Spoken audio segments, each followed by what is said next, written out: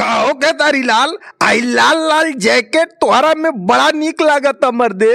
अरे इ लालका जैकेट कहाँ ते खरीद हो, बड़ा सुंदर लागत हो। तोहार सुंदरता हमार मनवा मुहाता। ए नहीं रहो भैया, तनी जबान लगाम संभाल के बोलने के जरूरत बा।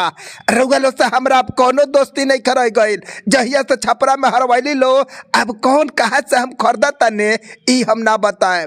अरे मर्दे तू नहीं बता देता तो कौन ऐसा तीर बा हमहू देखते हवा ना, तो हमारो जैकेटवा के हमहू बतैती ना कहा ते कर दिली है।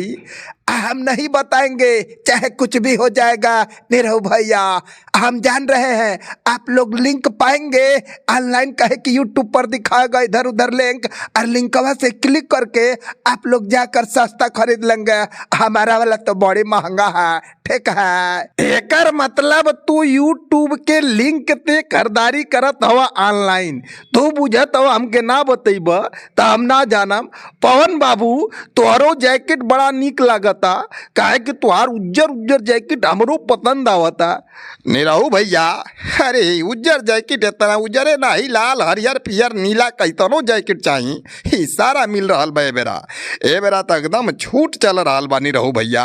अरे वहीं से हम खरीदे हैं, ऑनलाइन खरीदारी किए हैं, क्योंकि यूट्यूब पर जो लिंक दिखाएगा इधर उधर वहीं से क्लिक करके अगर लोग चले जाएंगे तो वहाँ पर बहुत सारा सामान बिक रहा है, और इतना सस्ता सस्ता बिक रहा है बताने लायक नहीं है निरहु भैया। अरे तब मर्दे तू नहीं हमरा ते ना बतैल हलो, हम तो पिछली साल के अपन पुरनका पहन ले आई, यही ते हमरा निक ना लागता, और जड़वा हमके बड़े तेज लागत रहा, यही ते तो हम पुरनका पहन लेनी है। अब रुका रुका हमहू सोचत है तो हमहू जाके खरीदारी करत है यूट्यूब का लिंक ते, और जो लिंकवा दिखावत है ये हकाओ तो ठीक है, यही तो हम जाके हमहू खरीदारी करब। लेकिन केतारी लाल और कुल बतावा समाचार मर्दे, तू तो एक बहुत गर्म हो गई लवा, सनक गई लवा जब से हारा लवा।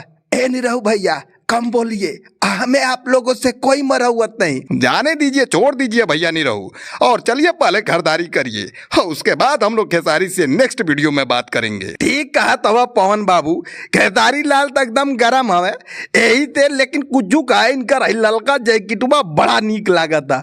हमहू जात ललका जैकेटवा घर दिखाए कि लाल जैकेट हमरो बहुत पसंद है। ठीक है ना खेसारी लाल, हमहू जात खरीदारी करे।